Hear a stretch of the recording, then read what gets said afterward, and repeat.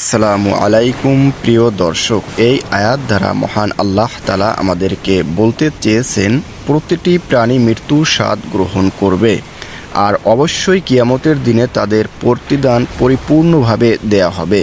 সুতরাং যাকে জাহান্নাম থেকে দূরে রাখা হবে এবং জান্নাতে প্রবেশ করানো হবে সেই হবে সফল কাম, আর দুনিয়ার জীবন হবে শুধু ধোঁকার সামগ্রী। জীব মাত্রই মৃত্যুর স্বাদ গ্রহণ করবে, আর কিয়ামতের দিনই তোমাদের কর্মফল পূর্ণ মাত্রায় প্রদান করা হবে। সুতরাং যাকে আগুন অথবা দোজখ থেকে দূরে রাখা হবে এবং যে বেহেশতে প্রবেশ লাভ করবে সেই হবে সফল কাম, আর পার্থিব জীবন ছলনাময় ভোগ ব্যতীত কিছুই নয়।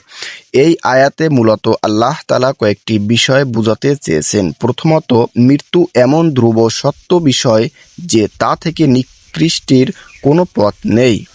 দ্বিতীয়ত, দুনিয়াতে ভালো মন্দ যে যাই করুক না কেন তাকে তার পরিপূর্ণ প্রতিদান পরকালে দেয়া হবে। তৃতীয়ত, প্রকৃত সফলতা সেই অর্জন করতে সক্ষম হয়েছে যে দুনিয়াতে থাকাকালীন স্বীয় প্রতিপালককে সন্তুষ্ট করতে পেরেছে এবং যার ফলস্বরূপ তাকে জাহান্নাম থেকে দূরে করে জান্নাতে প্রবেশ করিয়ে দেয়া হয়েছে।